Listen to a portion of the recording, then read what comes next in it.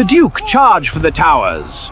After months under siege, Toulouse strikes back, launching a historic counterattack that shattered and destroyed 30,000 Muslim invaders. 721, a year when the earth felt tight beneath marching feet, when the Muslim armies of Al-Andalus crossed the Pyrenees, carrying the force and confidence of an empire behind them. Their target wasn't a kingdom, it wasn't a nation. It was a single city, standing alone before the storm, Toulouse. What followed was no ordinary clash. It became a suffocating siege. Days of battering rams crashing against ancient gates, nights lit by fire and smoke, and walls trembling under the weight of an army convinced that no fortress could withstand them. Across the plains below, shields slammed together. Ladders rose, arrows darkened the sky, and the sound of battle rolled like thunder. And at the center of it all stood a city that refused to let an empire decide its fate. In the early 700s, Western Europe was split into two very different worlds. To the south, across the tall Pyrenees Mountains, the same mountains that today divide Spain and France, the Umayyad Empire ruled almost all of the Iberian Peninsula. Cities that had once belonged to the old Visigothic kingdom had fallen one after another, until nearly the entire region became known as Al-Andalus, governed from the powerful city of Cordoba. Life under Umayyad rule moved quickly. They expanded their roads, strengthened their armies, and looked north for the next opportunity. And from Cordoba, anyone who studied a map could see the same thing. The land beyond the mountains was rich, open, and politically weak. Aquitaine was not an empire. It was a collection of lands, villages, and lords who often argued but still shared one belief. They were free people, and they intended to remain that way. For years, a silent pressure existed between these two worlds. The Umayyads were powerful, united, and used to winning. Aquitaine was smaller, independent, and surrounded by larger neighbors like the Frankish kingdoms to the north. If the Umayyads ever decided to move through the mountains, Aquitaine would be the first to face them. Everyone in the region understood that, and so did Odo. The cause of the coming war was not dramatic. It was simple, almost predictable. After conquering Iberia, the Umayyad leadership wanted stability, clear borders, and complete control over the major trade routes. The lands north of the mountains, especially Toulouse, stood in the way of that plan. Odo refused to submit. He remembered how the Visigoths fell quickly, brutally, without mercy. He feared the same fate for his people if Aquitaine bowed its head. By the start of 721, tension had grown thick enough to feel in the air. Merchants whispered about scouts crossing the mountains. Travelers reported seeing banners with Arabic script along southern roads. Rumors changed every week, but the direction of the threat never changed, south to north, up the mountains toward Toulouse. In Cordoba, the man preparing this advance was Al-Sam ibn Malik Alani, the governor of Al-Andalus. Als was an experienced commander, calm and methodical. He studied reports from scouts, maps of every valley in the Pyrenees, and estimates of Aquitaine's defenses. To him, the campaign seemed not just possible, but inevitable. He believed Toulouse could be taken quickly. He believed Aquitaine would fall soon after, and he believed the Umayyad Empire needed this victory to secure its northern frontier. So, Al-Sam gave the order. Across Iberia, soldiers began to gather. Cavalry units arrived from the open plains near Seville. Archers came from the cities in the east. Infantry marched in from every corner of Al-Andalus, men hardened by years of constant warfare. Blacksmiths hammered late into the night, sparks jumping from their anvils. Quartermasters packed dates, grain, water skins, medical tools, and spare horse tack. Every village along the southern roads felt the vibration of the coming march. The plan was clear: cross the mountains, strike Toulouse, and break Aquitaine's independence in a single blow. By early spring, the preparations were complete. Tens of thousands of soldiers gathered in long lines along the valley roads leading toward the Pyrenees. Horses stamped the ground, dust floated in the air. Standards bearing the Umayyad colors, white, green, and red, fluttered in the steady wind. At the center of the camp, Al-Sam stood over a final map spread across a wooden table. His commanders waited silently as he traced the main route through the mountains with the tip of his finger. North, he said quietly, to Toulouse. The sun was still low when the first drums rolled across the valley. Orders echoed from one end of the camp to the other. Scouts mounted their horses and sped ahead. Soldiers tightened armor straps, pulled their hoods into place, and adjusted the weight of their shields. The Umayyad army was ready, and their long march toward Gaul was about to begin. The confirmation of the invasion reached Toulouse at sunset, carried by a lone rider whose arrival silenced the city more effectively than any alarm. By the time Duke Odo stood before the report, the fading light had already turned the stone walls gold, as if preparing them for what was coming. The message contained no surprises, only the inevitable. The Umayyad army had crossed the mountain passes and was advancing steadily. Odo felt no shock, only a tightening in the chest, the weight of responsibility settling into its final shape. For years, he had warned Aquitaine that a storm was building beyond the Pyrenees. Now, the clouds had finally broken. He summoned his council at dawn. Instead of fear, the room held something quieter, the unmistakable realization that history was entering their doorway. Maps were unrolled. Reports were compared. Every path that led south told the same story. The approaching force was too large to stop in open ground and too organized to scatter with raids.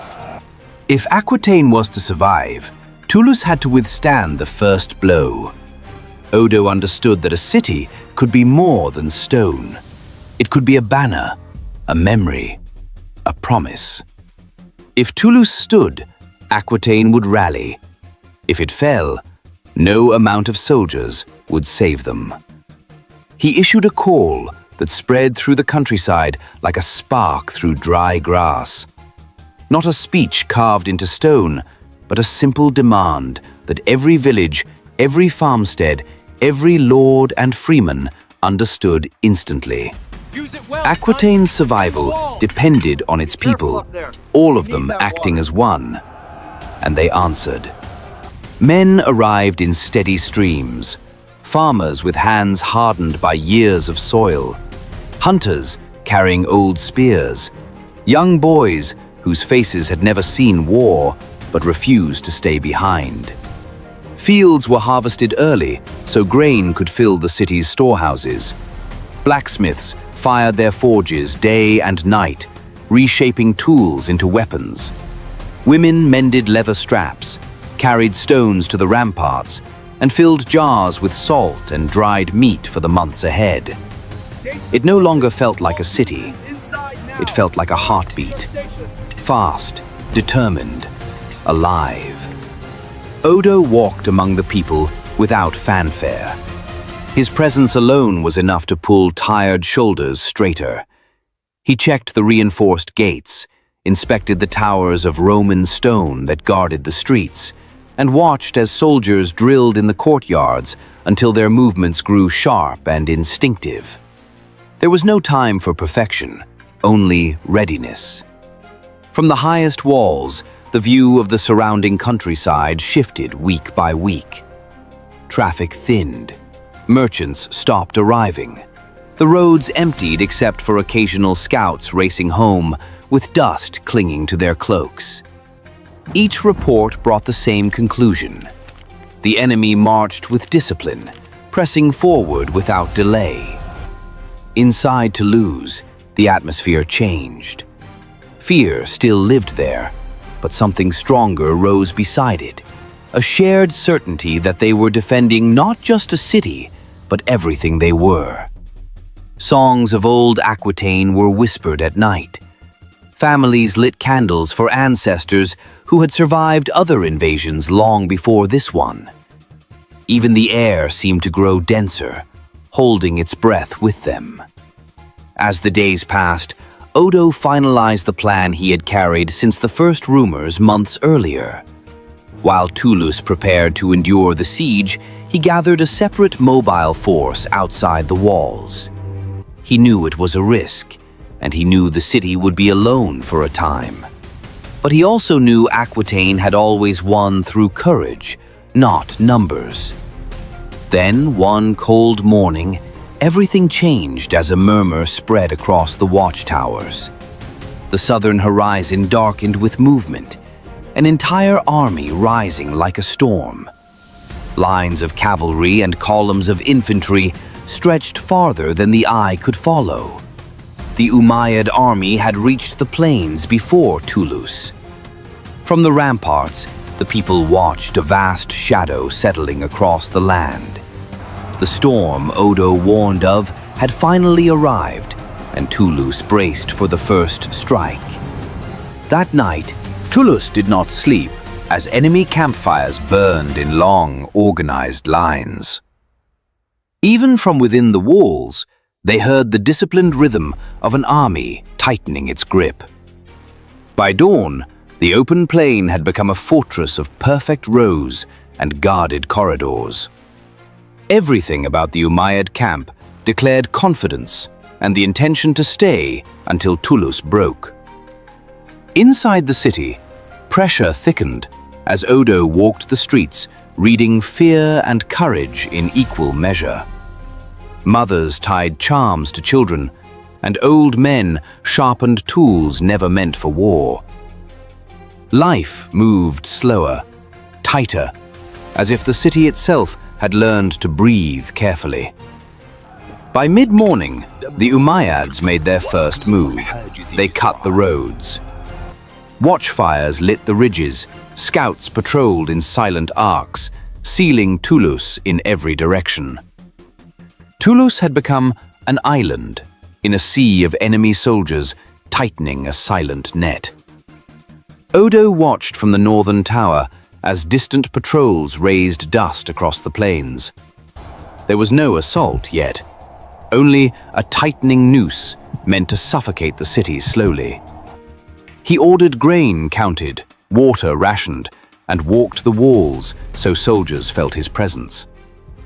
Meanwhile, the Umayyads prepared with cold precision, bringing timbers and wrapped bundles forward. Soon, the clatter of metal revealed siege engines being constructed for something far larger. Odo sensed their intent. They wanted to break spirit and stone long before a ram touched the gate. By late afternoon, the sky darkened, while heat rose, thick and suffocating over the city. Then the enemy camp fell silent as soldiers took positions and banners rose in slow motion. A single drumbeat rolled across the field. The first assault had begun.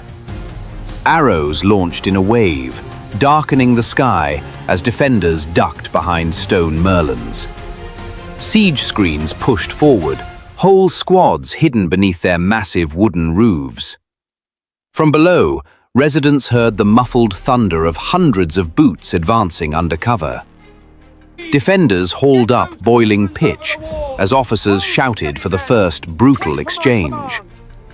But the Umayyads advanced steadily, shields up, formation tight, like an unstoppable storm. When the screens reached the walls, defenders unleashed everything: stones, fire, and lead. Yet as one screen shattered, new ones rolled forward behind it without pause. Then, the first rams appeared under iron-plated roofs, pushed by dozens of men. A deep groan echoed as the gate shook under the first heavy blow. By sunset, smoke drifted, ladders lay broken, and the wounded cried across the city. But the Umayyads stayed close, reinforcing their machines as night settled over the plains. Toulouse survived the first assault, but the defenders knew the empire was only warming up. That night, the city barely slept, torches crackling as the enemy reorganized for another attack. Odo walked the ramparts, knowing one more day of this would break the city. The walls were cracked, the gate weakened, the people starving, their strength fading. If Odo waited for the next assault, knew Toulouse would fall. So he made the only choice left. He would strike first. Before dawn, he gathered the hidden mobile force he had placed outside weeks earlier. These men were tired and bruised, but their determination burned hotter than ever. Odo mounted his horse, proving he would risk nothing he was not willing to face himself. As the city watched, Odo and his riders slipped into the shadows beyond the ridges. Inside the enemy camp, the Umayyads prepared for another morning assault, unsuspecting. They never imagined an attack would come from outside the besieged city. As the sky lightened, the Umayyads formed ranks for their morning offensive.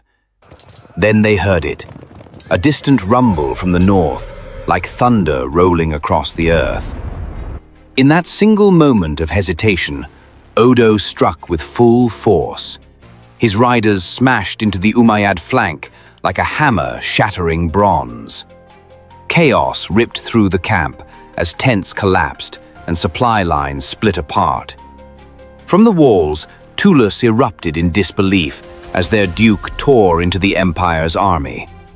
The Umayyads tried to reorganize, but their own trenches and engines trapped them. Odo did not let them recover. He cut deep into command tents and supply wagons. The Umayyad formation bent, twisted, and finally cracked under Odo's relentless assault. That crack became a fracture, and the fracture became a collapse.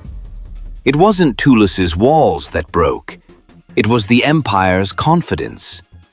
The defenders opened the gates and charged out to strike the Umayyads from the front. Caught between two waves, the Umayyad army finally faltered and broke. The lines dissolved into panic, horses reared, and discipline evaporated instantly. By midday, the plains were littered with abandoned shields and shattered ladders. Odo did not chase them far. Victory had already been won through survival. When he returned, the people of Toulouse gathered in silence, too exhausted to cheer. Many simply cried with relief, knowing they were still alive. Odo dismounted slowly, armor dented, hands shaking, but spirit unbroken. Toulouse had endured not because of strong walls, but because its people refused to kneel. The story spread across Aquitaine, then into Frankish lands, and beyond the mountains. The city that should have fallen had not, and the duke who should have been defeated was not. Across kingdoms, people whispered that courage could rewrite the fate of nations. In Toulouse, the legacy lived quietly in cracked stones and whispered stories. Children traced scars in the walls, knowing they were marks of courage, not weakness. Elders told the tale softly, their voices steady with pride. The people looked at their duke not as a legend, but as a man who stood with them. Toulouse survived because its people chose to stand together, and that was its true triumph. In the months after the siege, Toulouse rebuilt slowly, stone by stone. Stones were reset, gates repaired, and scars stitched into the city's memory. But something greater survived. Story. A story of people who refused to kneel even before an empire. A story of a city that stood when every prediction said it would fall. Merchants carried the tale across kingdoms and valleys. Travelers repeated it by firelight in distant inns. Soldiers retold it in camps far beyond Aquitaine. News of Toulouse became more than victory. It became a reminder that even mighty empires can be stopped by the smallest places.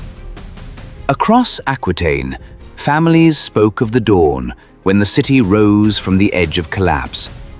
Across Frankish lands, lords whispered that courage could rewrite fate. Across Al-Andalus, commanders studied the defeat with unease. In Toulouse, children traced the cracks, knowing they were marks of bravery. Elders told the story proudly, their voices soft but unshaken. They looked at their duke not as a legend, but as a man who stood with them. The Battle of Toulouse did not create an empire, nor end wars, but it proved that identity can outlast armies, empires, and centuries. Toulouse survived not because of stone or steel, but because its people stood together. That unity became its legacy and its greatest triumph.